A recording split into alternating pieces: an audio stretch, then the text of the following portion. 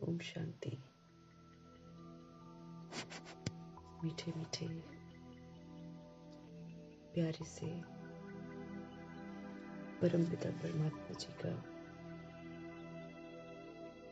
हम सब धन्यवाद करेंगे।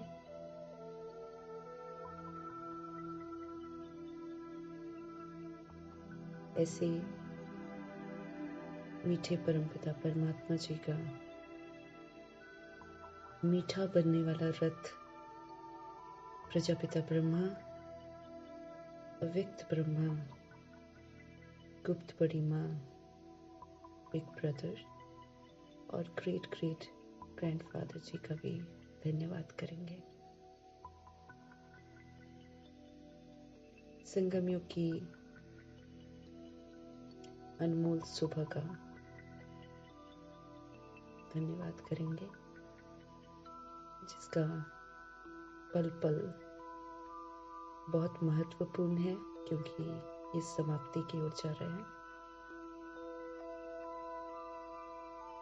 प्रभु जी की प्यारी सी मुरली का भी हम सब धन्यवाद करेंगे। धन्यवाद करते हुए उनको हाजिर नाजिर करके उनके महावाक्य हम सब उन्हीं से समझेंगे और आत्मा भाइयों को जो द्वापर युग और कलयुग में आएंगे, उन तमाम आत्माओं को समर्पित करेंगे। प्रभु जी की मौजूदगी, उनके मुरलियों की ताकत हर आत्मा तक पहुंचे, क्योंकि सभी की धरती को तैयार होना है, सभी को शरीर छोड़ने हैं, सभी को वापस घर जाना है, और वो तो देह के भान में जकड़े हुए हैं। तो प्रभु जी की मुरली, प्रभु जी की ताकत, उस पकड़ को ढीला करते जाएं। इन्हीं दुआओं के साथ सभी को समर्पित करेंगे। साथ में वायुमंडल, प्रकृति और तत्वों को भी प्रभु जी की मुरली समर्पित करेंगे। सबको सतो प्रधान, सतो गुणी और समर्थ बनना है, और प्रभु जी में ही ये ताकत है सभी को सशक्त बनाने की। तो प्रभु जी के महावाक्य ही सभी को समर्पित करेंगे। फिर देखेंगे प्रभु जी की ज्ञान रत्नों में आज कौन सा रत्न प्रभु जी हम आत्माओं के सामने स्पष्ट करते हैं, जिसे धारण करके हम सभी आत्माएं वैल्यूएबल बन सकते हैं। फिर से मीठे मीठे बाबा बोले, मीठे बच्चे, ये पढ़ाई पावन बनने की पढ़ाई है। ये जो पढ़ाई है प्रभु जी की, ये पावन बनने की पढ़ाई है। ये सभी पढ़ाइयों से सहज है, बहुत इजी है। इसे बच्चे, इसे जवान, इसे बूढ़े सब पढ़ सकते हैं। कोई 95 का बॉडी है, उसमें भी पढ़ सकता है। कोई 5 ईयर का बॉडी है, उसमें भी पढ़ सकता है। कोई 17 का बॉडी है, 20 का बॉडी है, 25 का बॉडी है। किसी के पास सभी में विराजमान सभी आत्माएं इस पढ़ाई को पढ़ भी सकती हैं और बड़ा सहज समझ भी सकती हैं। ये भगवान, इसको बोलते हैं टीचर, इसको बोलते हैं टीचर, जो इतना सहज करके सभी को पढ़ाते हैं, सोल्स को पढ़ाते हैं। Supreme soul, supreme father, supreme teacher, supreme Satguru, इनका सब कुछ अद्भुत ही अद्भुत है। तो प्रभु जी पुनः पढ़ाई की तरफ ध्यान खिंचवा रहे हैं कि ये पढ़ाई पावन बनने की पढ़ाई है। हर आत्मा इस समय पतित बन गई है, चाहे वो छोटी बॉडी में है, चाहे वो जवान बॉडी में है, चाहे वो वृद्ध बॉडी में है, वो पुनर्जन्म का चक्र लगाकर आई हुई आत्मा है। इसीलिए सब विकारों से पैदा होते हैं, इसलिए सभी पतित हैं। सभी सोल्स को पावन बनाने के लिए हमारे शिव पिता परमात्मा आए हैं।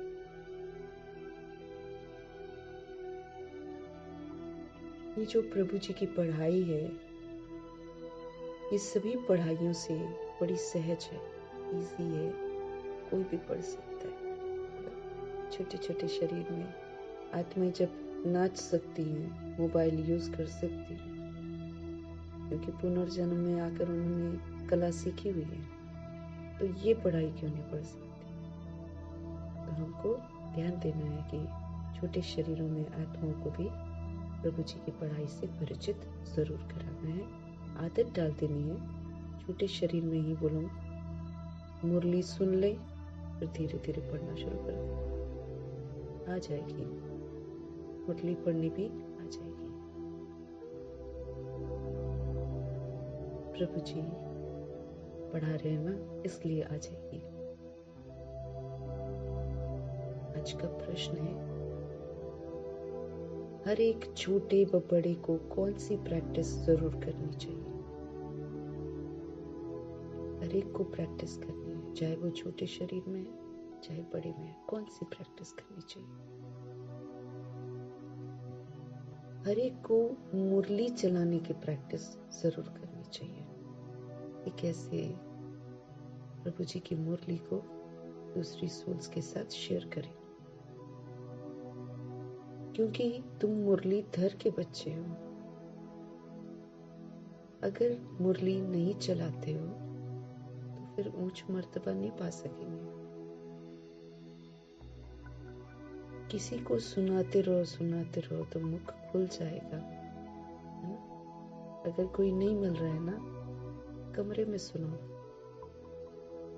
दीवारों को सुनो। दादी कहती है, वो लोग ऐसे ही करते थे ना, शुरू शुरू में तो बहुत सारे लोग नहीं होते थे, तो वो बंद करके कमरा अंदर में दीवारों को सुनाते थे। तो प्रभु जी बोल रहे हैं, आप किसी को सुनाते रहो, मुख खुल जाएगा। तुम हर एक को बाप समान टीचर जरूर बनना है। जो पढ़ते हो वो पढ़ाना है। छोटे बच्चों को भी ये पढ़ाई पढ़ने का हक है, सोल है ना। अब क्या पता किसका क्या पार्ट है जो छोटा बॉडी में आई है ना। विनाश का टाइम है और कोई सोल अगर छोटे बॉडी में आई है, क्या जाने उसने क्या पार्ट बचाया, हमें तो नहीं मालूम। लेकिन छोटे शरीरों में जो बच्चे हैं, उनका ये हक है इस पढ़ाई पर। ये आदत तो उनको जरूर डरवा देनी चाहिए। फालतू बातें भी तो सुनते हैं ना वो लोग। मोबाइल हटाओ, टीवी हटाओ, मुरली पढ़ो। सुबह सुबह मुरली सुनकर जाएं, पढ़कर जाएं। ये वाली आदत, क्योंकि बाबा के समय में तो साकार में तो होते थे ऐसे, छोटे छोटे बच्चे भी थे ना। छोटे बच्चों को भी ये पढ़ाई पढ़ने का हक है। वो भी बेहद के बाप का वर्षा लेने के अधिकारी हैं, इसलिए उनको वर्षे से वंचित नहीं करना। ये नहीं कि छोटा है करके इधर उधर करते रहो और फिर वो आत्मा प्रभु जी से वर्षा लेने के अधिकार से वंचित हो जाए, क्योंकि ड्रामा तो सभी के लिए क्लोज होना है ना। इसीलिए ये पढ़ाई तो जरूर पढ़ा देनी चाहिए। ये सहज है, ये सच्ची है, इससे प्रारब्ध बनती है। इससे जो प्रारब्ध बनती है, इसी में सच्ची कमाई है और वो अविनाशी हो जाती है। तो हर एक को मुरली चलाने की प्रैक्टिस जरूर करनी चाहिए, क्योंकि मुरलीधर के बच्चे हैं। अगर मुरली नहीं चलाते हैं तो ऊंचा मर्तबा नहीं पा सकेंगे। ये ऐसी पढ़ाई है, ये कुछ भी हम करेंगे ना, ये अविनाशी है। इसलिए दीवारों को सुनाओ या बाबा के कमरे में बैठो और बोलो कि हम आस पड़ोस जितनी भी आत्माएं हैं सभी को ये मुरली संबोधित करके पढ़ रहे हैं। वो अपने घर में खाना बना रहे होंगे, कोई भी काम कर रहे होंगे, उनका मन प्रभु जी की तरफ जाएगा तो खाली नहीं जाएगा। ये नहीं कि खाली कमरे में पढ़ रहे हैं तो क्या है, कोई तो है नहीं। वायुमंडल प्रभु जी के महावाक्यों से शुद्ध होता है, प्रकृति को सुकून मिलता है, तत्वों को भी पवित्रता का सहयोग मिलता है। दिल से पढ़ो, है ना, बाबा कहते हैं दिल से पढ़ो और मुरली जरूर चलाओ, बाबा कहते हैं। तो सुनाते रहेंगे ना, मुख खुल जाएगा, बाबा कहते हैं। हिचक जो होती है ना, खत्म हो जाएगी। बाबा कहते हैं तुम्हारे को बाप समान टीचर जरूर बनना है। जो पढ़ते हो वो दूसरों को पढ़ाना है। छोटे बच्चों को भी ये पढ़ाई पढ़ने का हक है। वो भी बेहद के बाप का वर्षा लेने के अधिकारी हैं। उनको भी वंचित नहीं करना ना, नहीं तो कई लोग सोचते छोटा है अभी तो छोटा है, छोटा छोटा करके ही विनाश आ जाना है। इसलिए उनको पूरा हक है प्रभु से वर्षा लेने का, तो उनको कभी भी वंचित नहीं करना है। ये एक उनकी जिंदगी का ना एक इम्पोर्टेंट पार्ट होना चाहिए। उठते प्रभु जी याद आए, उठते गुड मॉर्निंग हो, लगन जब 9 वर्ष की शरीर की आयु होने तक तो उनको पूरा पक्का करा देना है। उस समय जो पक्का करा दिया ना, वो फिर हमेशा के लिए पक्का हो जाएगा, स्टैंप लग जाएगी। ज्ञान मार्ग में किसी आत्मा ने एक बार बताया था, 9 वर्ष की शरीर की आयु तक उसके कान में बोलते जाओ, सुनाते जाओ उसको भगवान की वाणी, उसको लगन लग जाएगी। बहुत जरूरी है। इधर उधर घुमाने की जगह ये काम करना चाहिए। कलयुग नहीं दिखाना चाहिए ना, कलयुग की चीजें खिलानी चाहिए। किसी के हाथ का बना हुआ नहीं खिलाना चाहिए, बच्चों का मन भटक जाएगा। ओम शांति। अभी आती है शिव बाबा की जयंती, उस पर कैसे समझाना चाहिए। इस जयंती पर खास बाबा ध्यान खिंचवा रहे बार बार, क्योंकि वो कह रहे थे ना, इस जयंती में सबको परिचय दे दो, अगली जयंती में ऐलान हो जाए कि भगवान आए हैं। हो सकता है ऐसा हो, और एक बार ऐलान हो गया मानो ड्रामा इज क्लोज, पेपर शुरू हो जाएगा। हाईलाइट कर रहे हैं ना भगवान, ज्यादा हाईलाइट कर रहे हैं शिव जयंती पर। अभी आती है शिव बाबा की जयंती, उस पर कैसे समझाना चाहिए। बाप ने तुमको समझाया है, वैसे तुमको फिर औरों को भी समझाना है। तुम्हें कोई अपना दिमाग थोड़ी लगाना है। प्रभु जी ने भिन्न भिन्न युक्तियां बता रखी हैं। उन्हीं युक्तियों को प्रभु जी की याद में रहकर दूसरी सोल्स को बता देना है। ऐसे तो नहीं कि बाबा जैसे तुमको पढ़ाता है वैसे बाबा को ही सबको पढ़ाना है। अब बाबा तो सबके पास नहीं जाएंगे, है ना। बाबा कहते हैं ऐसा तो नहीं कि जैसे बाबा आपको पढ़ाते हैं वैसे बाबा ही सबको पढ़ाएंगे। शिव बाबा ने तुमको पढ़ाया है, जानते हो इस शरीर के द्वारा पढ़ाया है, तो बरोबर हम शिव बाबा की जयंती मनाते हैं। हम नाम भी तो शिव का ही लेते हैं ना, वो तो निराकार है। उनको शिव कहा जाता है। वो लोग तो कहते हैं कि शिव तो जन्म मरण रहित है, उनकी फिर जयंती कैसे होगी? ये तो तुम जानते हो, क्योंकि आए होंगे तभी तो जन्म हुआ होगा ना। तो दुनिया में कह देते हैं कि नहीं, शिव तो जन्म मरण रहित है, तो भगवान कहते फिर उनकी जयंती कैसे होगी?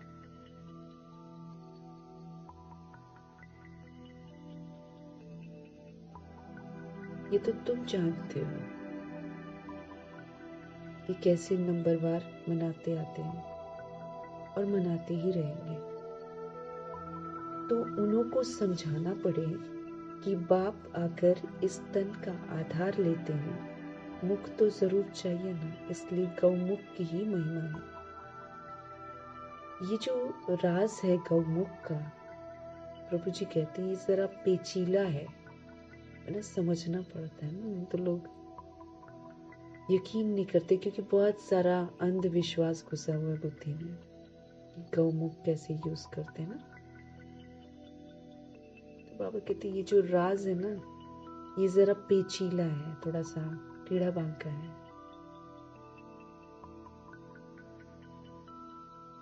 शिव बाबा के ऑक्यूपेशन को समझना है।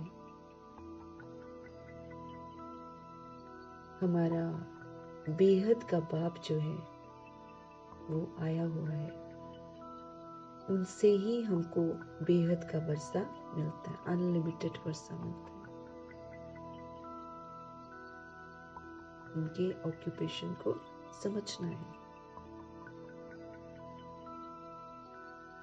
बरोबर भारत को बेहद का वर्षा था और किसी को होता नहीं है।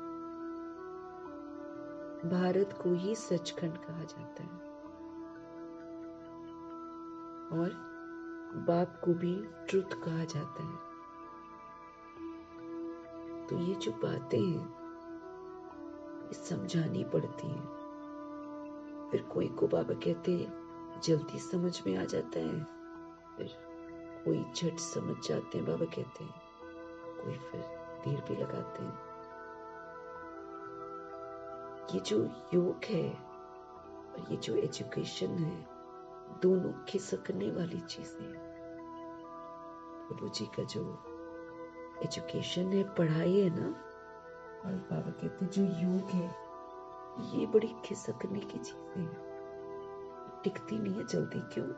क्योंकि पुराना किचड़ा जो है बुद्धि के अंदर, झूठ जो, एक तो हम झूठ खंड में हैं, एक तो 63 जन्म हमने झूठ बोला हुआ है, झूठ में जिया हुआ है, इसलिए झूठ जल्दी समझ में आता है। देह अभिमान की बातें हमको जल्दी समझ में आती हैं। ये बड़ी सूक्ष्म पढ़ाई है, सूक्ष्म योग है, ये आत्मा के लिए है। चूंकि देह का भान रहता है, इसीलिए ये जो योग है, ये जो एजुकेशन है, दोनों खिसक जाते हैं।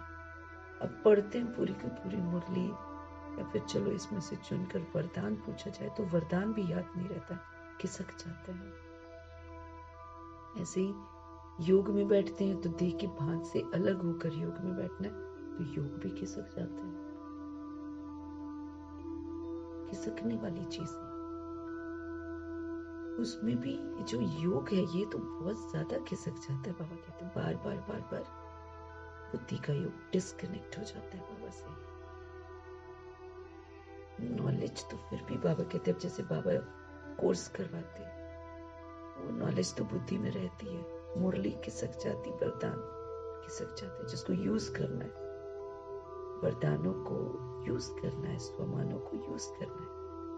लेकिन वही सड़ी हुई पुरानी बातें, दैहिक बातें वो याद रहती हैं और स्वमान ऊंचे ऊंचे शुद्ध वाले ये खिसक जाते हैं। फिर भी जनरल में जो पढ़ाई है, जो कोर्स है, वो तो बुद्धि में रहता है बाबा कहते हैं, लेकिन ये जो याद है ना, ये घड़ी घड़ी भूल जाते हैं। आत्मा का पाठ, आत्मा का स्वधर्म, और फिर उन्हीं स्मृतियों से चलते फिरते अपने को पक्का करना कि आई द सोल, फिर भूल जाते, फिर बॉडी में फंस जाते। और प्रभु जी की याद को बार बार भूल जाते हैं। इधर उधर की बहुत सारी बातें याद रहेंगी, लेकिन जिसमें कमाई है, जिसमें सच्चाई है, जिसमें प्राप्तियां हैं, वो घड़ी घड़ी भूल जाते हैं। बाबा कहते हैं नॉलेज तो फिर भी बुद्धि में चलो रहती है, बाकी याद इसको घड़ी घड़ी भूलते हैं। नॉलेज तो तुम्हारी बुद्धि में है ही कि हम कैसे 84 जन्म लेते हैं। ये नॉलेज है ना बुद्धि में। जिनको ये नॉलेज है वही बुद्धि से समझ सकते हैं कि जो पहले पहले नंबर में आते हैं वही 84 जन्म लेंगे। तो नॉलेज बाबा कहते जो जनरल वाली नॉलेज है वो तो हमारी बुद्धि में है कि हम कैसे 84 जन्म लेते हैं। जिनको ये वाली नॉलेज है ना कि हम कैसे 84 जन्म लेते हैं, वही बुद्धि से समझ सकते हैं कि जो पहले पहले नंबर में आते हैं ना वही 84 जन्म लेंगे। पहले ऊंच ते ऊंच लक्ष्मी नारायण को कहेंगे। नर से नारायण बनने की कथा भी बड़ी नामी ग्रामी है। सत्यनारायण की कथा कह देते हैं, उससे तो कोई नारायण नहीं बनता है, लेकिन यादगार देखो बनाना, क्योंकि भगवान जी सुनाते हैं सत्यनारायण की कथा। तो पहले ऊंच ते ऊंच लक्ष्मी नारायण को कहेंगे। नर से नारायण बनने की कथा भी बड़ी पॉपुलर है, नामी ग्रामी है। पूर्णमासी पर बहुत जगह सत्यनारायण की कथा चलती है। पूर्णमासी पर नारायण जी को संपूर्ण नाम। अभी तुम जानते हो कि हम सचमुच बाबा के द्वारा नर से नारायण बनने की पढ़ाई पढ़ते हैं, तो कथा है, उसको तो पढ़कर दरिद्र नारायण बनते हैं। लेकिन ये जो प्रभु जी की मुरली है, ये जो प्रभु जी की पढ़ाई है, इसको पढ़कर वाकई नर से नारायण बनते हैं। सबूत है हमारे पास ब्रह्मा जी का। ये पावन बनने की पढ़ाई है और है भी सभी पढ़ाइयों से बिल्कुल इजी। ये पावन बनने की पढ़ाई है और है भी सब पढ़ाइयों से बिल्कुल सहज। 84 जन्मों के चक्र को जानना है और फिर ये पढ़ाई सबके लिए एक ही है।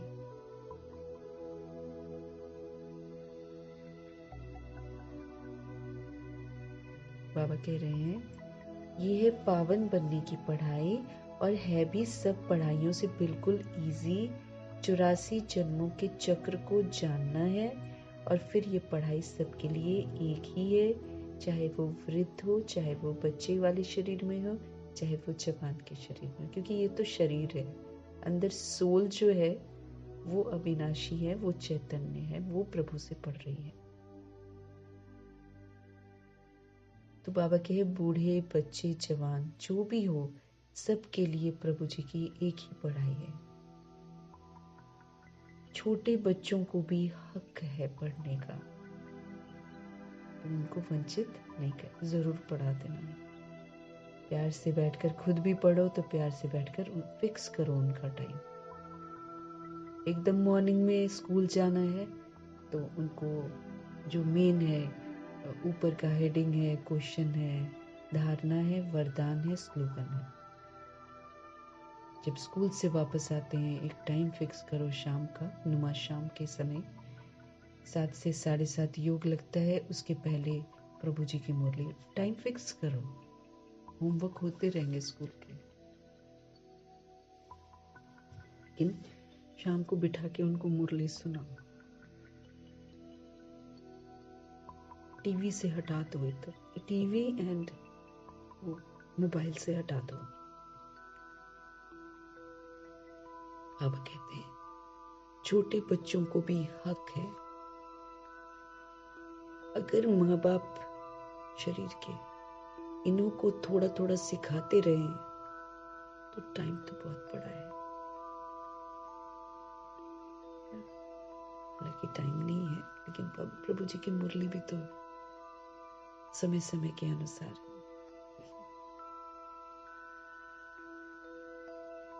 बच्चों को भी ये सिखाया जाता है कि अब शिव बाबा को याद करो, ना ऐसी पक्की आदत हो जाए कि उठते ही उनको शिव बाबा याद आए।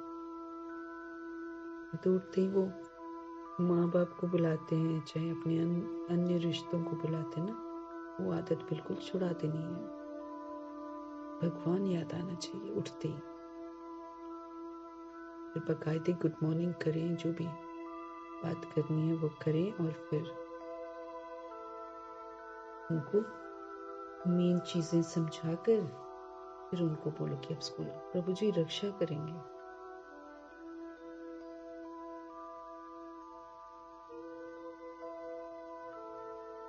बच्चों को भी ये सिखाया जाता है कि शिव बाबा को याद करो। आत्मा और शरीर दोनों का बाप अलग अलग है। शरीर का बाप और शरीर का बच्चा, ये तो रोल है। इसको बहुत अच्छे से अपने आप को समझा देना कि ये जो दिखाई दे रहा है ये कार्मिक रोल है। ये रोल खत्म होते खत्म हो जाते हैं, बॉडी खत्म, रिश्ता खत्म। लेकिन जो फादर की बॉडी में सोल है और जो बच्चे की बॉडी में सोल है, ये दोनों अपना कार्मिक अकाउंट सेटल करके निकल जाते हैं और फिर दूसरी जगह बॉडी में जाते हैं। लेकिन अब तो समाप्ति है, इसलिए इधर उधर नहीं जाने का है ना, कि हम गर्भ जेल में दोबारा ना जाएं, क्योंकि अब समझ में आ गया कि गर्भ जेल में सजाएं मिलती हैं और एक और नया कार्मिक अकाउंट बन जाते हैं। जो श्रीमत पर चलते हैं ना, वो इस चक्र से बच जाएंगे। तो बाबा कह रहे हैं,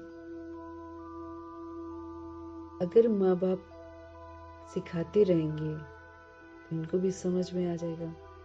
बच्चों को भी ये सिखाया जाता है कि अब शिव बाबा को याद करो।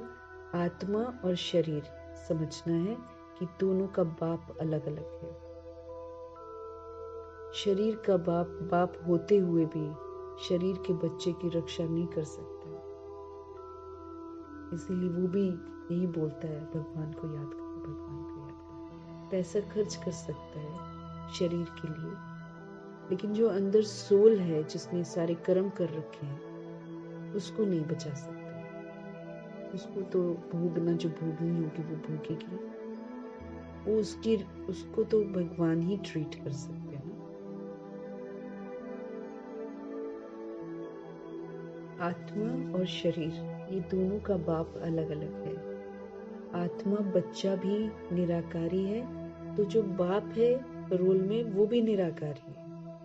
अब मेन क्या है, जो पार्ट प्ले कर रहा है वही तो मेन है ना। बॉडी तो एक इंस्ट्रूमेंट है, उसके अभिमान में आत्मा आ गई है, लेकिन वो तो एक इंस्ट्रूमेंट है। उस इंस्ट्रूमेंट को चलाने वाली निराकारी आत्मा है।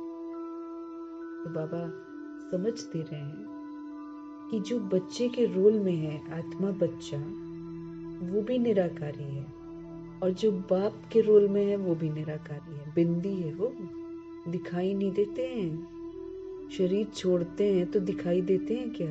नहीं दिखाई देते हैं। शरीर दिखाई देगा पड़ा हुआ, लेकिन वो जो सोल है, जो चला रही है, जो अपनी एनर्जी को पूरे शरीर में भेजती है, वो तो अलग है, वो तो निराकारी। बस यही तो भूल भुलई पूरी दुनिया में, कि जो नहीं दिखाई दे रहा है वही सत्य है, और जो दिखाई दे रहा है वो झूठ है, वो विनाशी है। और जो विनाशी है, झूठ है, उसको आत्मा पकड़ कर बैठ गई है। ये गड़बड़ियां होगी, उसको मेरा मेरा कहती है, और उसके चक्कर में सारे उल्टे काम करती है। उल्टा सोचती है, उल्टा बोलती है, उल्टा खाती पीती है, प्रभु की श्रीमत पर एकदम उल्टा चलती है। एकदम उल्टा चलेगी, श्रीमत पर नहीं चलेगी, एकदम प्रभु जी की श्रीमत के विपरीत चलेगी।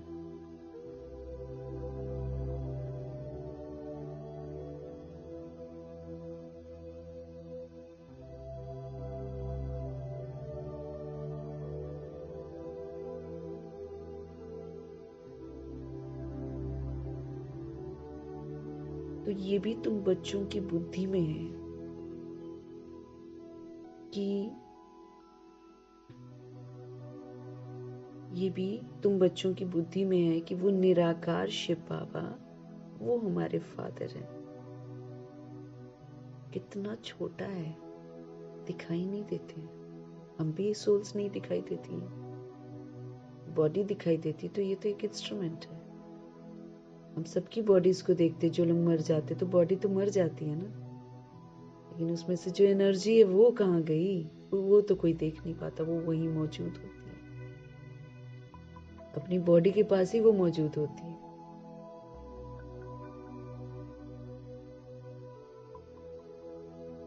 ये अच्छी रीति याद रखना है। निराकार आत्मा, फिर साकार बॉडी लेकर रोल, और किसकी संतान है? असल में निराकार परमपिता परमात्मा शिव की संतान है।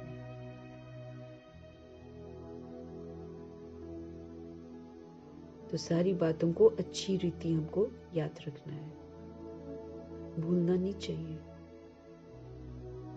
हम आत्मा भी बिंदी में से छोटी है, ऐसे नहीं ऊपर जाएंगे तो बड़ी दिखाई पड़ेंगी, नीचे छोटी हो जाएंगी, नहीं, है ही वो बिंदी। निराकार आत्मा है ही बिंदी हमेशा।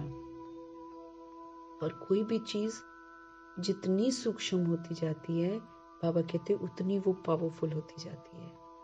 और जितना वो चीज अपने इर्द गिर्द विस्तार इकट्ठा करती है, उतना वो कमजोर होती जाती है। देह लिया, देह का विस्तार किया, देह के संबंधों का विस्तार किया, फिर वस्तु वैभवों का विस्तार किया। जितना आत्मा इसका फैलाव करती है ना, उतना वो कमजोर बनती जाती है। और जितना वो अब इसको छोड़ते जाएगी, उतना सूक्ष्म होती जाएगी। तो बाबा कहते हैं ऐसे नहीं कि ऊपर जाएंगी तो आत्मा बड़ी दिखाई देगी, नीचे छोटी हो जाएगी, नहीं, वो तो है ही बिंदी। ऊपर में जाएंगे तो तुमको जैसे देखने में भी नहीं आएगी, बिंदी है ना, बिंदी क्या देखने में आएगी। इन बातों पर बच्चों को अच्छी रीति विचार भी करना है, अपने आप को समझाना है हर एक बात में, क्योंकि सच्चाई को समझना है। इन बातों पर बच्चों को अच्छी रीति विचार भी करना है। हम आत्मा ऊपर से आई हैं, शरीर से पाठ बजाना। आत्मा घटती बढ़ती नहीं है। ऑर्गन्स पहले छोटे पीछे बड़े होते हैं। सोल तो वैसी की वैसी है, वो तो 90 का बॉडी छोड़े या 94 का बॉडी छोड़े या 95 का बॉडी छोड़े, जाके एक छोटा बेबी में फिर घुस जाएगी, वो वृद्ध नहीं होती। शरीर चेंज होता है, शरीर परिवर्तनशील है। अच्छी रीति बाबा कहते हैं इन बातों पर विचार करना है। हम आत्मा ऊपर से आई हैं, शरीर से पाठ बजाने के लिए। आत्मा घटती बढ़ती नहीं है। ऑर्गन्स जो है ना, वो पहले छोटे होते हैं, पीछे बड़े होते हैं। ऑर्गन्स अभी जैसे तुमने समझा है, वैसे फिर औरों को भी समझाना है। ये तो जरूर है नंबरवार, जो जितना पढ़ा है उतना ही पढ़ाते। बाबा से जितना जितना हम पढ़ते जाएंगे, उतना उतना हम शेयर कर पाएंगे। प्रभु जी कहते हैं सबको टीचर भी जरूर बनना है, ताकि बाबा इसलिए बोल रहे हैं ना, ताकि हम लोग अपने ऊपर ध्यान दें। क्योंकि बाबा ने बोला ना, योग के टीचर वो है जो उसका स्वरूप बने शिक्षाओं का। पहले खुद समझे, खुद धारण करे, फिर अन्य आत्माओं को शेयर करे, है ना। इसलिए बाबा बोल रहे हैं कि अपना टीचर बनो, फिर अपने को देखो, अपनी चेकिंग करो, अपने को ठीक करो। इसलिए बोल रहे हैं, वरना तो टीचर तो प्रभु जी ही है। तो बाबा कहते हैं सबको टीचर भी जरूर बनना है। किसके लिए? सिखाने के लिए। इस विधि से हम अपने पर नजर रखेंगे कि जब हम दूसरे को बोलेंगे तो अपने ऊपर ध्यान रहेगा ना। इसलिए बाबा कहते हैं कि सबको टीचर भी जरूर बनना है सिखाने के लिए। शिव बाबा में तो नॉलेज है, वो तो इतनी छोटी सी परमात्मा है, वो तो सदैव परम धाम में रहते हैं। शिव बाबा हमारे अति सूक्ष्म है, वो तो यादगार में दिखा देते इतना बड़ा सा विष्णु टाइप का, और कहेंगे भगवान ऐसे होते हैं, हम उनके सामने खड़े भी नहीं हो सकते हैं, इतनी रोशनी उनकी तेज होती है। सब मन गढ़ंत बातें। हमारे बाबा तो कितने हम्बल हैं, कितने निरअहंकारी हैं, धरा पर आते हैं पर काया का आधार लेकर पढ़ाते हैं, अपना अनुभव कराते हैं। तो बाबा कहते हैं छोटी सी परमात्मा है, सदैव परम धाम में रहते हैं, यहाँ एक ही बार संगम पर आते हैं और सारा काम ठीक करके फिर जाते हैं, बार बार नई युगों में आते हैं।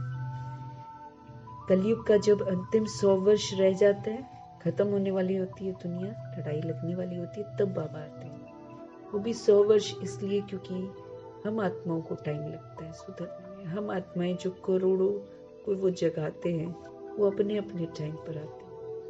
16,108-33 करोड़ आत्माओं का इंतजार करते हैं, इसलिए 100 वर्ष का संगम हो गया। और फिर हम चेंज होने में भी तो टाइम लगाते हैं, इसलिए टाइम हमको मिलता है, वरना भगवान के लिए तो कुछ मुश्किल ही नहीं है। लेकिन यहाँ जो करेगा सो पाएगा। बाबा कह रहे हैं कि सदैव परम धाम में रहते हैं, यहाँ एक ही बार संगम पर आते हैं। बाप को पुकारते भी तब है जब बहुत दुखी हो जाते हैं, उससे पहले हम पुकारते भी नहीं है। जब अच्छा खासा दुख का अनुभव करते हैं ना, तब भगवान को बुलाते हैं, कहते हैं आकर अब हमको सुखी बनाओ, हम बहुत दुखी हो गए, ऐसे बुलाते हैं। बच्चे अब जानते हैं कि हम पुकारते रहते हैं, बाबा आकर हमको पतित दुनिया से नई सतयुगी सुखी पावन दुनिया में ले चलो। जब हमको समझ में आता है, फिर बोलते भी रहते हैं कि हमको सुखी वाली दुनिया में लेकर जाओ, इस दुख की दुनिया से दूर कहीं ले चलो।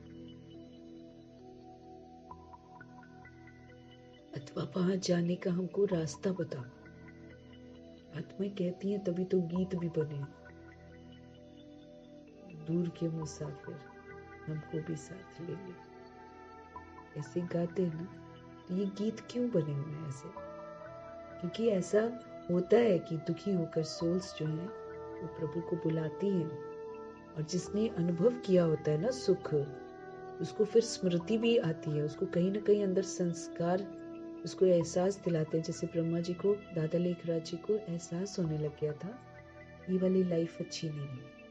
हालांकि उनके पास पैसा था, सब कुछ था, परिवार था, लेकिन समहाउ उनको वैराग सा आ रहा था कि ये लाइफ अच्छी नहीं है, कुछ अलग होना चाहिए, तो उनको वैराग आने लग गया था। तो ऐसे ही जिन सोल्स ने कभी सुख का अनुभव किया होता है, जो कभी पावन होते हैं ना, वो सोल्स पुकारती हैं और कहती हैं कि हमको सुखी पावन दुनिया में ले चलो, अथवा वहां जाने का हमको रास्ता बताओ। वो भी जब बाबा खुद आवे तब तो रास्ता बताए, ऊपर से तो नहीं बता सकते ना।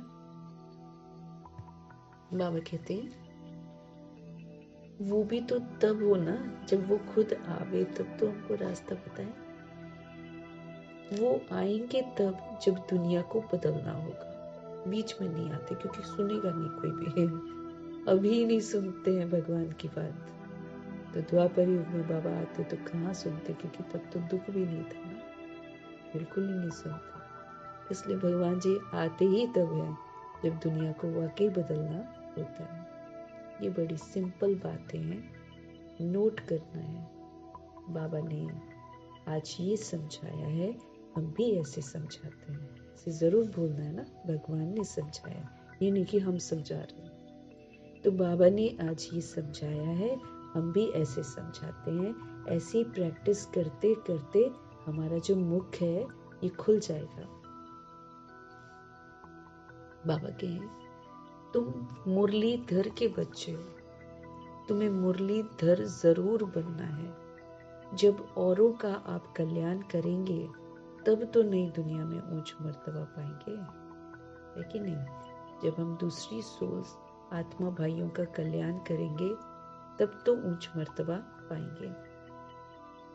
वो पढ़ाई जो है वो तो यहाँ के लिए, जो दुनियावी पढ़ाई स्कूलों में पढ़ते हैं, कॉलेजों में पढ़ते हैं, वो तो बाबा कहते हैं यही दुनिया के लिए है ना। जब तक हम बॉडी में हैं तब तक के लिए। ये जो बाबा पढ़ाते हैं ये तो 2500 वर्षों की राजधानी के लिए पढ़ाई है। और अगर इसमें ब्रह्मा जी की तरह कोई पढ़ता है तो वो तो फिर पूरा कल्प ही इंटेलिजेंट रहता है।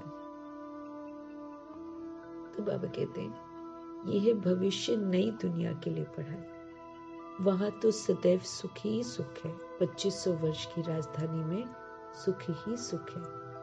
वहां 5 विकार तंग करने वाले होते ही नहीं है। 5 वॉइसेस जो है, काम क्रोध लोभ मोह अहंकार, ये तंग करने वाले वहां पर नहीं होते। यहाँ रावण राज्य अर्थात पराये राज्य में हम सब है। ये पराया राज्य है, ये रावण का राज्य है। तुम ही पहले अपने राज्य में थे। तुम कहेंगे नई दुनिया, फिर भारत को ही पुरानी दुनिया कहा जाता है। तुम कहेंगे नई दुनिया, फिर भारत को ही पुरानी दुनिया कहा जाता है। गायन भी है नई दुनिया में भारत ना, जैसे लोग कहते हैं ना सोने की चिड़िया था। ऐसे नहीं कहेंगे कि नई दुनिया में इस्लामी बौद्धि है ना, देवी देवता धर्म होता है, वहां पर इस्लामी बौद्धि कोई नहीं होते हैं। ये तो देह के धर्म बाद में आते हैं। अभी तुम्हारी बुद्धि में है कि बाप आकर हम बच्चों को जगा रहे हैं, है ना। भगवान हमको जगाते हैं अज्ञानता की नींद से।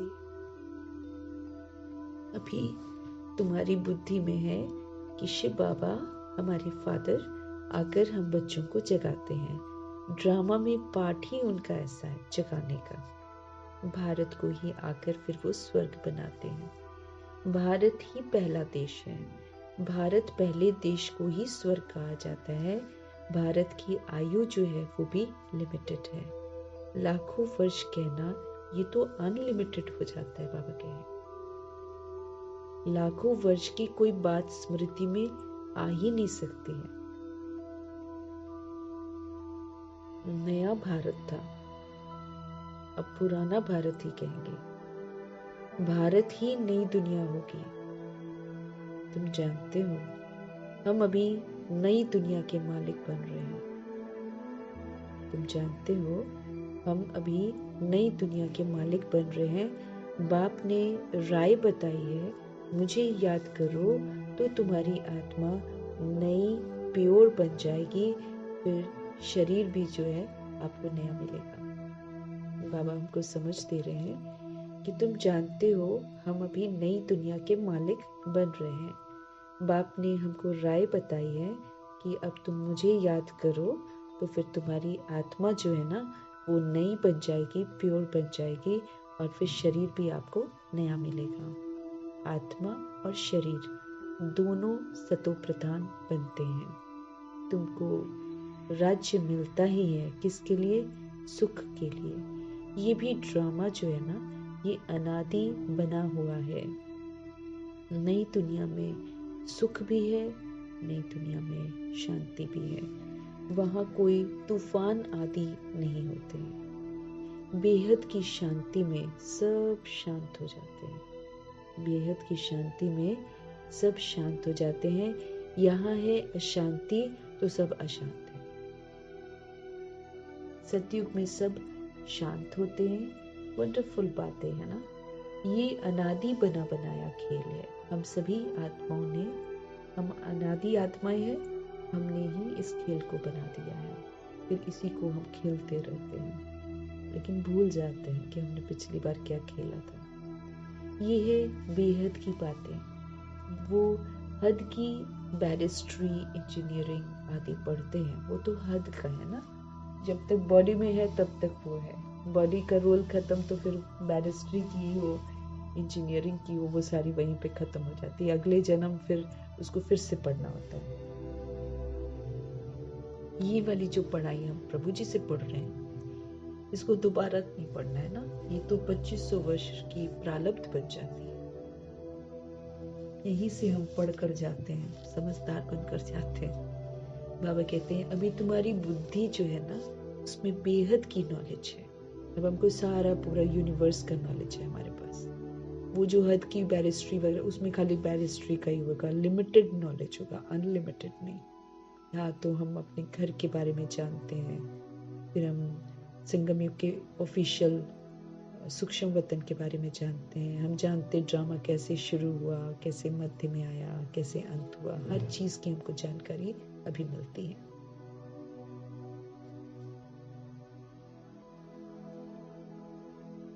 अभी तुम्हारी बुद्धि में बेहद की नॉलेज है। एक ही बार बाप आकर बेहद ड्रामा का राज समझाते हैं। आगे तो ये नाम भी नहीं सुना था कि बेहद का ड्रामा कैसे चलता है। हमने तो नहीं सुना था। आगे बाबा कहते आगे तो ये नाम भी नहीं सुना था कि बेहद का ड्रामा कैसे चलता है। अभी समझते हो कि सतयुग त्रेता जरूर वो पास्ट हो गया है, उसमें इनका राज्य था। सतयुग त्रेता जरूर वो पास्ट हो गया है, उसमें इनका राज्य था।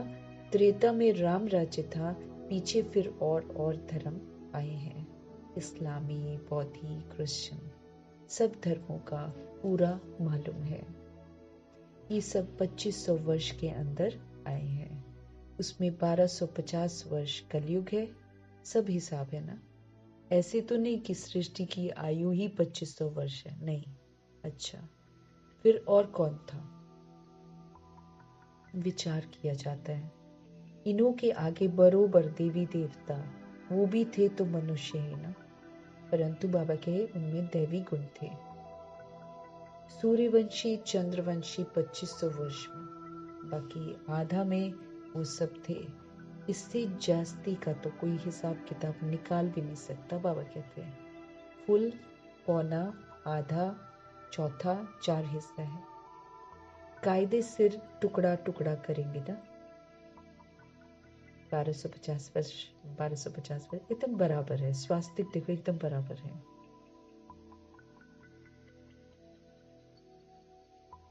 आधा में तो ये है, कहते भी हैं सतयुग में सूर्यवंशी राज्य और त्रेता में चंद्रवंशी राम राज्य। ये तुम सिद्ध कर बतलाते हो बाबा के, ये तुम सिद्ध कर बतलाते हो। तो जरूर सबसे बड़ी आयु उनकी होगी ना, जो पहले पहले सतयुग में आते हैं। कल्प ही 5000 वर्ष का है।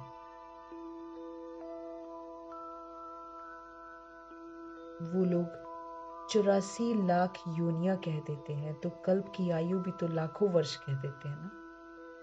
कोई माने भी नहीं, इतनी बड़ी दुनिया हो भी नहीं सकती है बाबा कहते। तो बाप बैठ समझाते हैं वो सब है अज्ञान, और प्रभु जी जो हमको देते हैं वो है ज्ञान। ज्ञान कहाँ से आया ये भी किसी को पता नहीं है।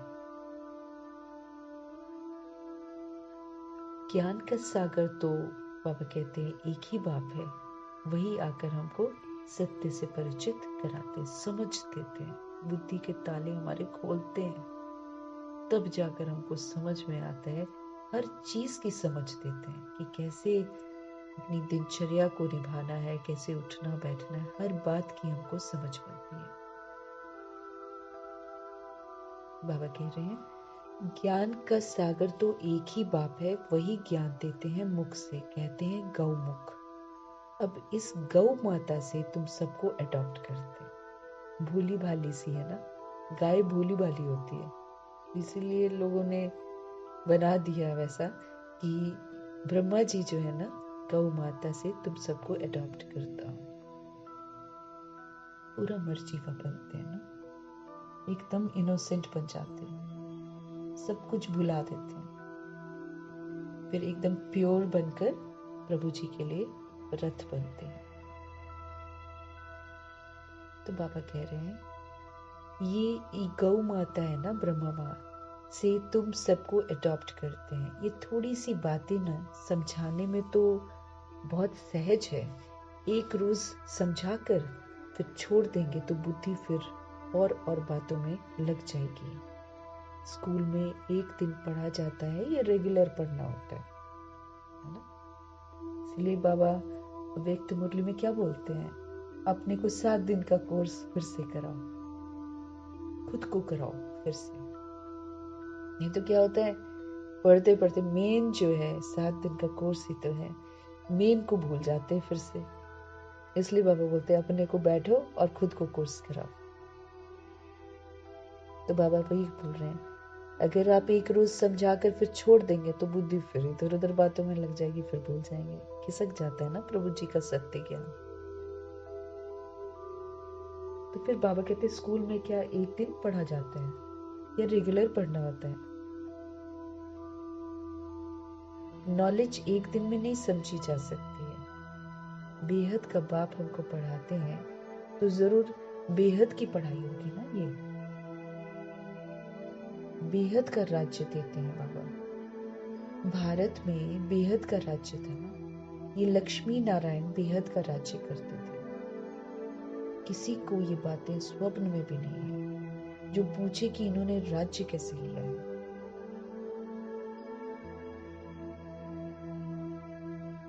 उन्होंने प्योरिटी जास्ती थी, योगी है ना वो, इसलिए आयु भी बड़ी होती है। सूर्यवंशी आत्माएं जो हैं उनमें पवित्रता पूरी होती है, फिर वो भगवान से योग भी लगाते, योगी भी हैं, इसलिए उनकी आयु भी बड़ी होती है। हम ही योगी थे, फिर 84 जन्म लेकर भोगी भी जरूर बनना है। मनुष्य नहीं जानते हैं कि ये भी जरूर पुनर्जन्म में आए होंगे। लक्ष्मी नारायण जी के चित्रों को देखते तो थोड़ी समझते हैं कि ये पुनर्जन्म में आए होंगे।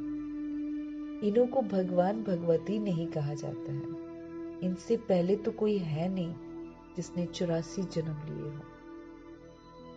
इन्हों को भगवान भगवती नहीं कहा जाता है।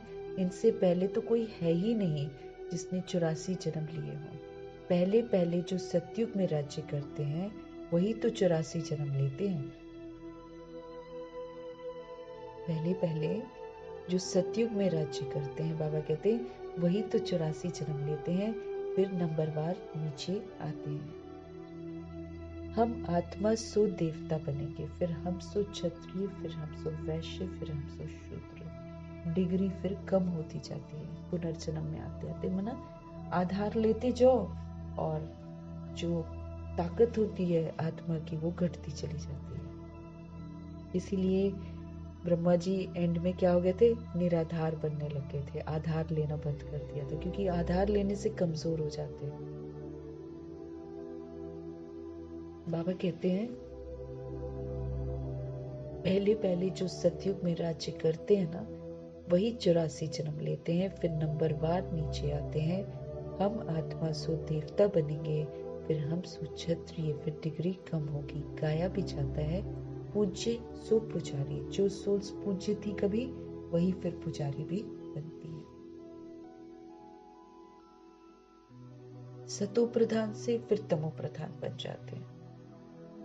ऐसे पुनर्जन्म लेते लेते फिर नीचे चले जाएंगे।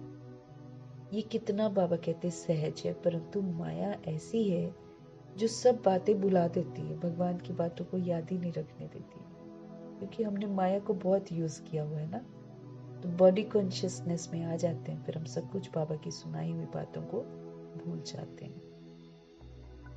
ये सब पॉइंट्स जो हैं, बाबा जो हमको पॉइंट्स सुनाते हैं, इसको बाबा कहते इकट्ठी कर किताब आदि बनाए, लेकिन वो तो कुछ रहेंगी नहीं। अगर किताब भी बना लेते हैं बाबा कहते हैं इन पॉइंट्स की, लेकिन ड्रामा में नियम नहीं है कि वो बने रहे, क्योंकि फिर भगवान को आना होता है ना। इसीलिए रहती नहीं है किताबें, जितनी भी बन रही हैं ये बस पढ़कर जो करना है कर लो, उसके बाद ये रहेंगी थोड़ी। लेकिन बाबा कहते हैं ये पॉइंट्स इकट्ठी करके किताब आदि बनाते हैं, परंतु वो तो कुछ रहेंगी नहीं, टेम्पररी है ना। बाप ने कोई गीता नहीं सुनाई थी, बाप तो जैसे अब समझा रहे हैं ऐसे समझाया था। बाबा ने वो वाली गीता नहीं सुनाई थी जो दुनिया में बना रखी है। बाबा तो जैसे रोज आते हैं, मुरली समझाते हैं, ऐसे बाबा ने समझाया है। बाप तो जैसे अब समझा रहे हैं ऐसे समझाया था। ये वेद शास्त्र आदि सब बाद में बनते हैं, ये सब होल लॉट जो है ना, विनाश होगा तो ये सब चल जाएंगे।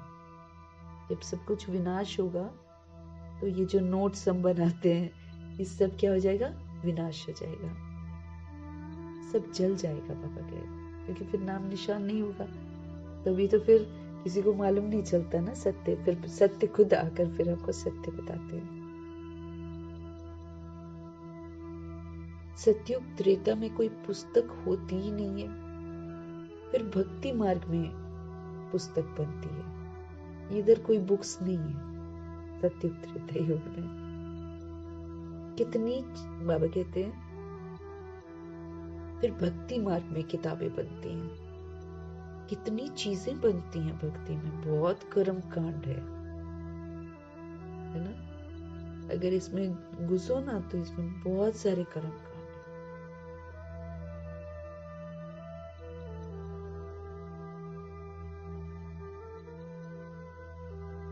बाबा कहते हैं कितनी चीजें बनती हैं, रावण को भी बनाते हैं, परंतु बेसमझी से कुछ भी बता नहीं सकते, बना देंगे 10 सिर वाला। और इमेजिन, मतलब बोलते हैं ऐसा ही वो था सच में।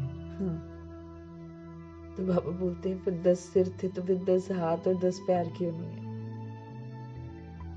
और कैसे चलेगा 10 सिर वाला इधर उधर? फिर उसकी शादी भी करा देते, फिर उसकी वाइफ के 10 सिर क्यों नहीं है? बाबा कहते बिल्कुल बेसमझी से बनाते हैं और समझा भी नहीं पाते, कुछ भी बता नहीं सकते। बाप समझाते हैं कि ये हर वर्ष बनाते हैं और हर वर्ष जलाते हैं। तो किसको जलाया जाता है? जो दुश्मन होता है उसी को तो जलाते हैं। और फिर हर वर्ष और बड़ा बनाते हैं, क्योंकि विकार और बढ़ते जाते हैं और बढ़ते जाते हैं। बाबा समझ देते हैं कि ये कितना सूक्ष्म है रावण, सबकी बुद्धि के अंदर घुसा हुआ है। आत्मा सूक्ष्म है, आत्मा के अंदर बुद्धि है, उस बुद्धि के अंदर घुसा हुआ है रावण।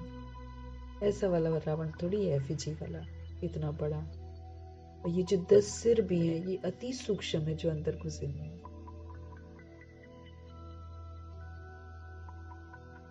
तो बाबा कहते हैं इसको हर वर्ष बनाते हैं, इसको जलाते हैं, तो जरूर ये बड़ा दुश्मन है ना। परंतु दुश्मन कैसे है ये कोई नहीं जानता, क्या किया भाई इसने, है ना।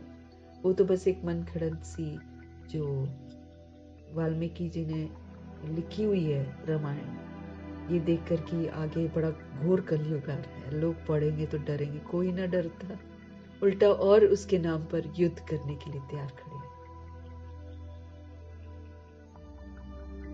तो बाबा कहते हैं परंतु दुश्मन वो कैसे है हमारा रावण, ये कोई भी नहीं जानता। वो समझते हैं सीता चुरा लेकर गया इसलिए शायद दुश्मन है। दुनिया वाले क्या समझते हैं कि रावण ने सीता को चुराया इसलिए वो हमारा दुश्मन है। अब बाबा ने समझ दिए कि आत्मा रूपी सीता को रावण ने अपने कैद में बंद कर रखा है शोक वाटिका में।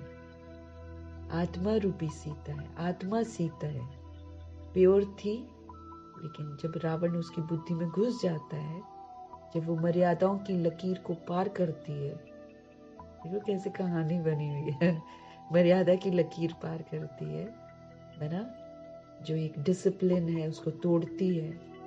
अब यहाँ पर कौन सी डिसिप्लिन तोड़ी है हमने? अपने को आत्मा समझना था, फिर शरीर समझा, तो वो डिसिप्लिन तोड़ी। उन्होंने तो एक लकीर बना दी और कहा कि रावण बहुरूपी बनकर आया, साधु बनकर आया, तो इसने इसको दान देने के लिए क्रॉस किया, क्योंकि उसने बोला बाहर आकर दान दो। अब रावण तो हमको बुलाएगा, दे भान दे अभिमान तो हमको बुलाएगा, लेकिन हमको समझ मिली हुई है ना कि भगवान ने जो मर्यादाओं की लकीर बना रखी है इसी के अंदर रहना है, इसके बाहर निकलेंगे तो भाई रावण उठा के ले जाएगा। तो आत्मा रूपी सीता जो है इसको रावण जो है, विकार जो है, देह अभिमान जो है, ये आकर्षित करते हैं। फिर वो आत्मा रूपी सीता जो होती है वो अपने आप को देह समझती है और फिर पकड़ी जाती है। फिर घुस जाते हैं काम, क्रोध, लोभ, अहंकार, बुद्धि में। तो बाबा कहते जलाते भी हैं रावण को, दुश्मन भी समझते हैं, लेकिन दुश्मन कैसे है ये नहीं जानते। बस ये समझते हैं कि ये जो रावण है ना, इसने सीता को चुराया था। हाँ, इसलिए युद्ध करते हैं, हिंसात्मक युद्ध करते हैं। बताओ, बाबा कहते वो समझते हैं सीता चुरा ले गए, इसलिए शायद ये हमारा दुश्मन है। राम की सीता को चुरा ले जावे तो बड़ा डाकू हुआ ना, ऐसा बोलते। अब राम कौन है? निराकार परमपिता परमात्मा। हम सभी उनकी सीताएं हैं। तो हम आत्मा रूपी सीताओं को, राम की सीताओं को रावण चुरा के ले जाता है। तो डाकू हो गया ना, बाबा कहते हैं, बड़ा डाकू हो गया। कभी चोरी की, त्रेता में कहे वह त्रेता के अंत में, है ना, इन बातों पर भी विचार किया जाता है। तो चोरी जो है वो त्रेता युग तक जब सोल है तो नहीं चोरी कर सकता है रावण। लेकिन जब त्रेता की बाउंड्री यानी कि पवित्रता की बाउंड्री, यानी कि अपने को आत्मा समझना भूल कर जो सोल क्रॉस करती है ना, उसको चुराता है रावण। तो बाबा कहते हैं,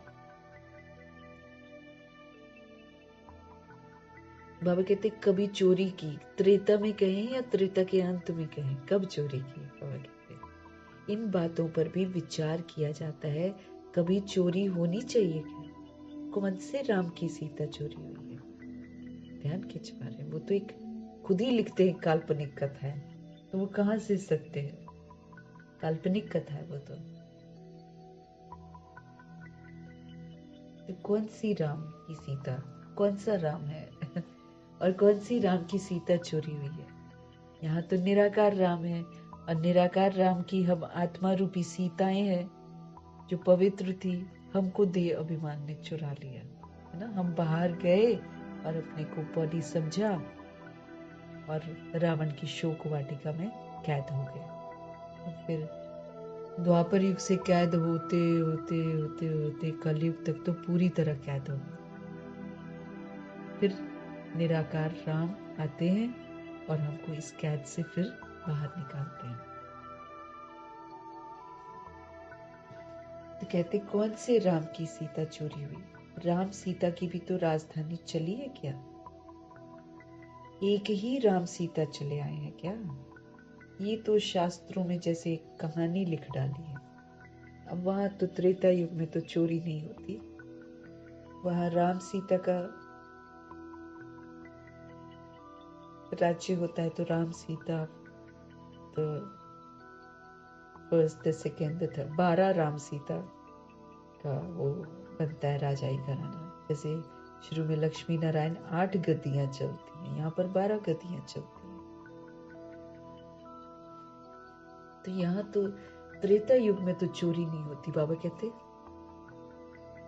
तो ये जो कहते हैं राम की सीता चुराई गई, अब राम के राज्य में सारा समय एक का ही राज्य है तो नहीं होगा, जरूर डिनेस्टी होगी ना, तो जरूर पिछाड़ी में होगा। बाबा कहते ऊपर है ना, एक ही राम सीता चले आए हैं क्या? ये तो शास्त्रों में जैसे एक कहानी लिख दी है।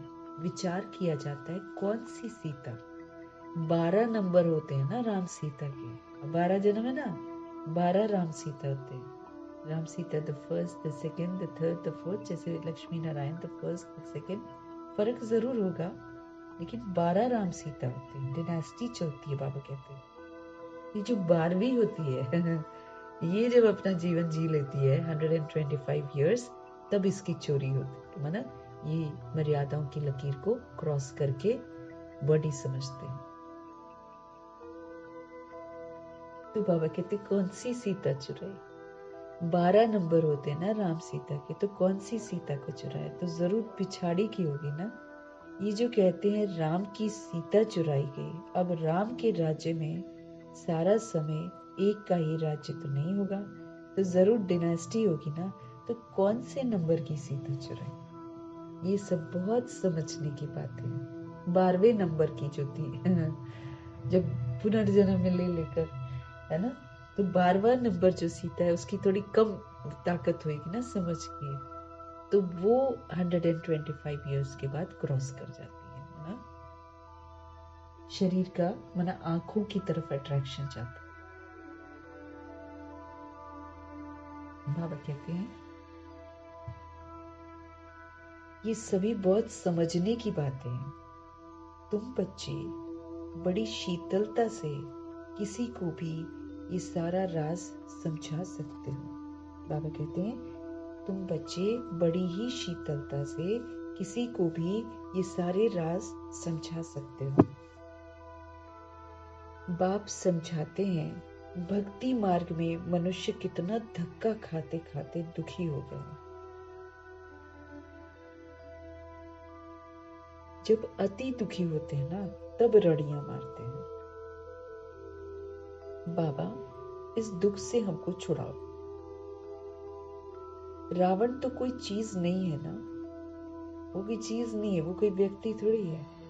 अगर है तो अपने राजा को फिर हर वर्ष मारते क्यों है? अगर वो राजा है तो फिर उसको मारते क्यों है? उसकी एफिजी बनाकर जलाते क्यों है? रावण की जरूर फिर स्त्री भी होगी। मदोदरी दिखाते हैं ना, मदोदरी का बुत बनाकर जलाएं, ऐसा कभी देखा नहीं है। क्यों नहीं जलाते हैं उसको? वो भी तो उसी की जैसी होगी।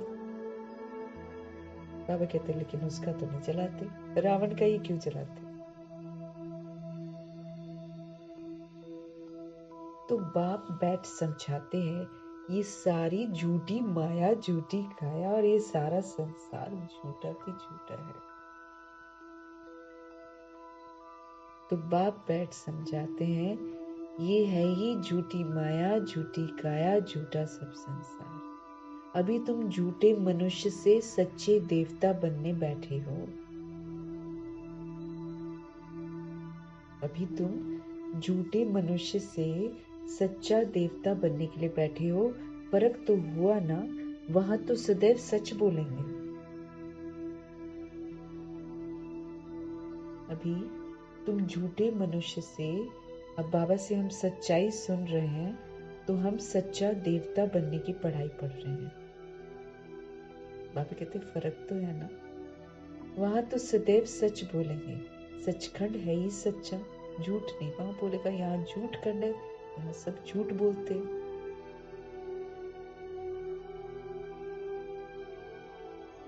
सचखंड में सब सच बोलते हैं। ये है झूठ खंड, तो झूठ ही बोलते रहते हैं।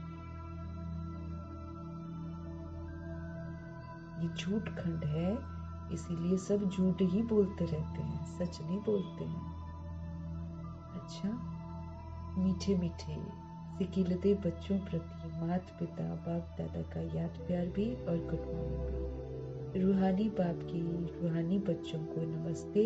हम रूहानी बच्चों की भी रूहानी बाप को दिल से, जान से, सिख से, प्रेम से, अदब से,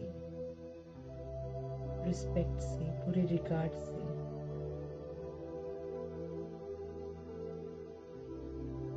दिल से, स्नेह से, मोहब्बत से, प्यार भरी प्रभु जी को नमस्ते और तहे दिल से प्रभु जी का धन्यवाद करें। धारणा के लिए मुख्य सार,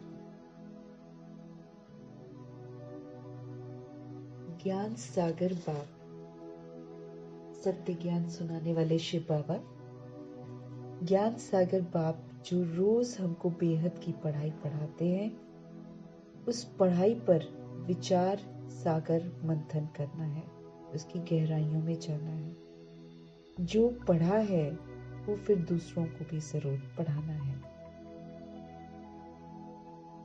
ये बेहद का ड्रामा है। कैसे ये चल रहा है? ये अनादि बना बनाया वंडरफुल ड्रामा है। इस राज को अच्छी रीति समझकर फिर समझाना है। तो ज्ञान के सागर शिव पिता परमात्मा जो हमें रोज बेहद की पढ़ाई पढ़ाते हैं, अनलिमिटेड पढ़ाई पढ़ाते हैं, उस पढ़ाई पर विचार सागर मंथन हमें करना है। जो पढ़ा है वो दूसरों को भी जरूर पढ़ाना है।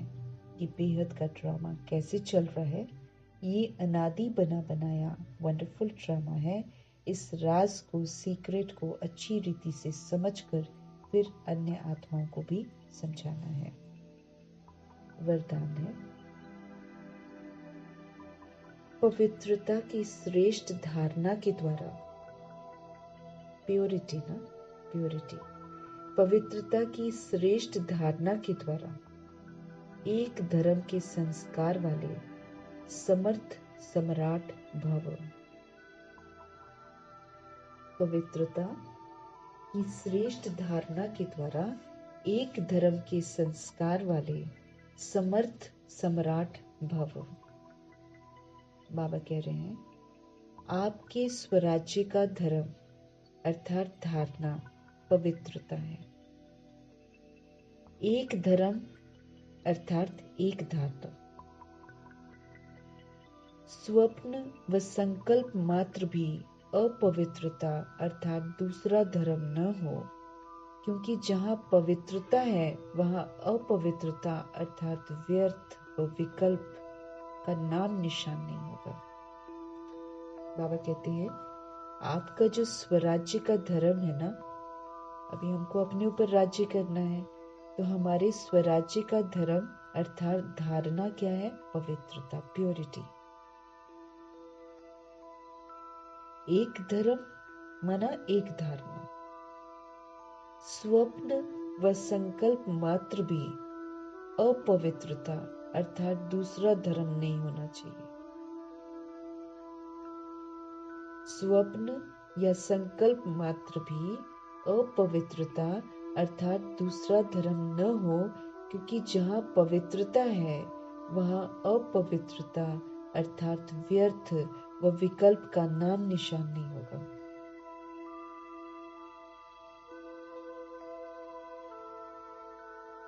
स्वप्न व संकल्प मात्र भी बाबा कहते हैं अपवित्रता अर्थात दूसरा धर्म नहीं होना चाहिए।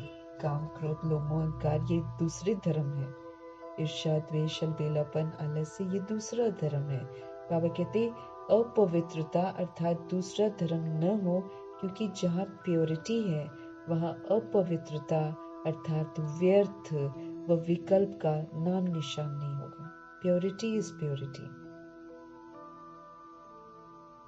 ऐसे संपूर्ण पवित्रता के जो संस्कार हैं भरने वाले ही समर्थ सम्राट हैं।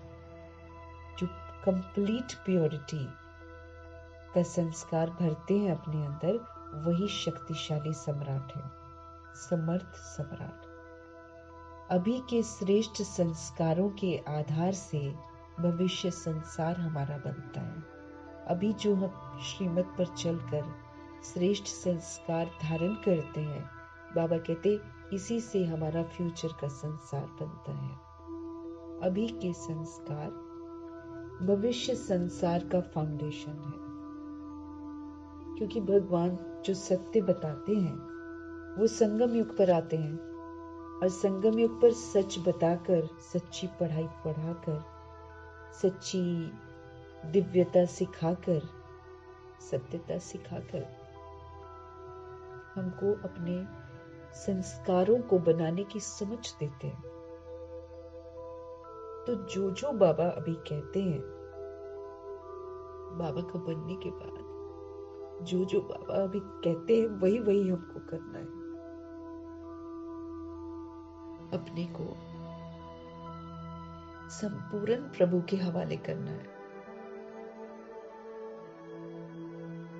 और फिर जैसे जैसे वो कहते हैं वैसे वैसे हमको करना है। तो ये जो प्योरिटी है, ये जो पवित्रता है, ये श्रेष्ठ धारणा है। इस श्रेष्ठ धारणा से हमको एक सत्य धर्म के संस्कार धारण करने हैं, जो बाबा कहते हैं। पवित्रता की। ये श्रेष्ठ धारणा है, बाबा कहते हैं।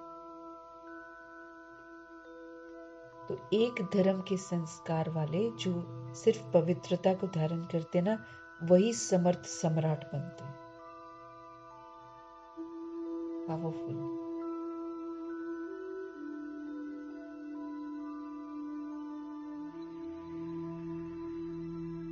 तो बाबा, पहले तो हम लोग पराये राज्य में थे, उसमें तो हम पर धर्म यूज कर रहे थे।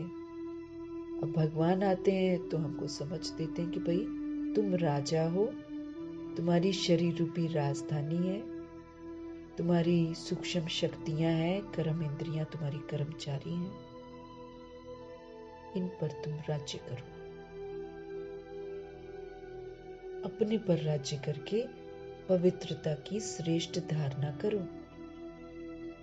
तो आपकी स्वराज्य का धर्म अर्थात धारणा पवित्रता है।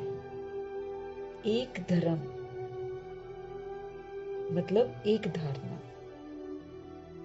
स्वप्न या संकल्प मात्र भी, बाबा कहते हैं, स्वप्न व संकल्प मात्र भी अपवित्रता या फिर दूसरा धर्म हमारे अंदर नहीं होना चाहिए अब। क्योंकि जहां प्योरिटी है वहां इम्प्योरिटी अर्थात व्यर्थ व विकल्प इसका नाम निशान भी नहीं होगा।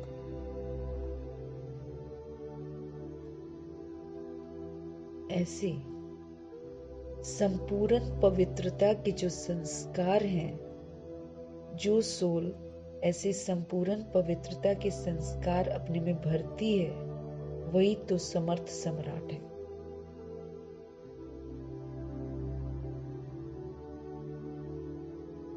मैं आत्मा पवित्रता की श्रेष्ठ धारणा द्वारा एक धर्म के संस्कार को धारण करने वाली समर्थ सम्राट आत्मा। आज का स्वमान बाबा ने दिया, समर्थ सम्राट हो तुम। क्योंकि जहां पवित्रता है वहां अपवित्रता अर्थात व्यर्थ अर्थात विकल्प का तो नाम निशान नहीं होगा। ऐसे संपूर्ण पवित्रता के संस्कार भरने वाले ही समर्थ सम्राट है।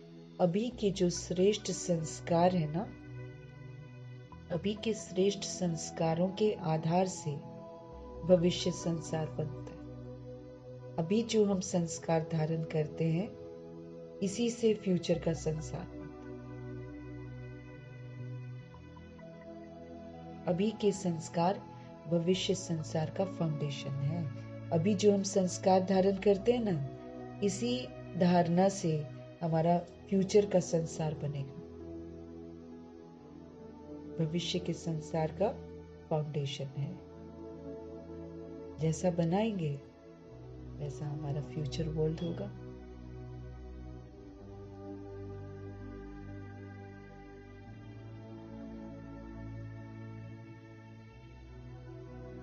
श्लोक है,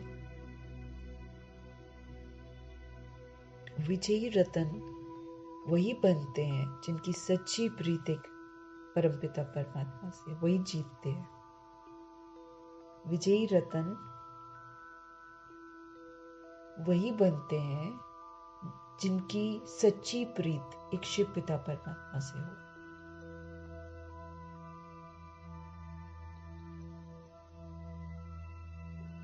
खंडित न हो, वही जीत जाते।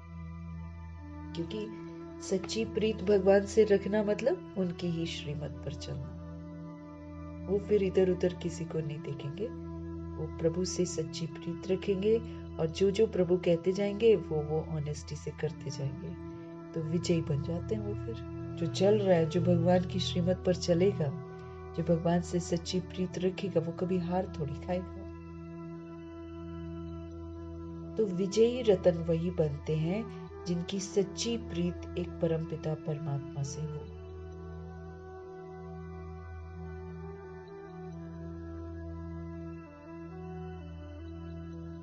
मीठे मीठे परमपिता परमात्मा जी का हम सब धन्यवाद करेंगे। ब्रह्मा माँ का धन्यवाद, जगदम्बा माँ का धन्यवाद, अष्टरत्नों का धन्यवाद, नवग्रहों का धन्यवाद, एडवांस पार्टी की सोल्स का धन्यवाद। बची हुई 16,108.33 करोड़ आत्माओं का धन्यवाद।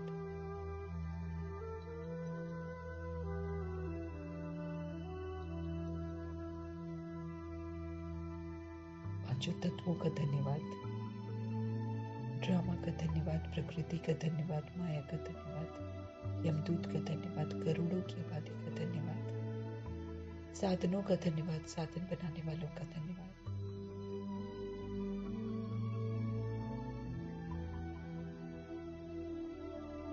साथ में रहने वाली सोल्स का धन्यवाद, सहयोगी आत्माओं का धन्यवाद, अविनाशी खजानों का धन्यवाद,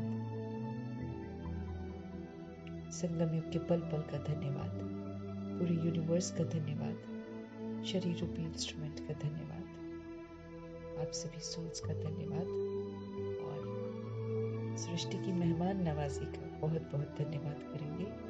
और यूनिवर्स में मौजूद सारी सोल्स की तरफ से हम सब धन्यवाद करेंगे सृष्टि की मेहमान नवाजी का, प्रकृति का, तत्वों का। धन्यवाद करते हुए ओम शांति।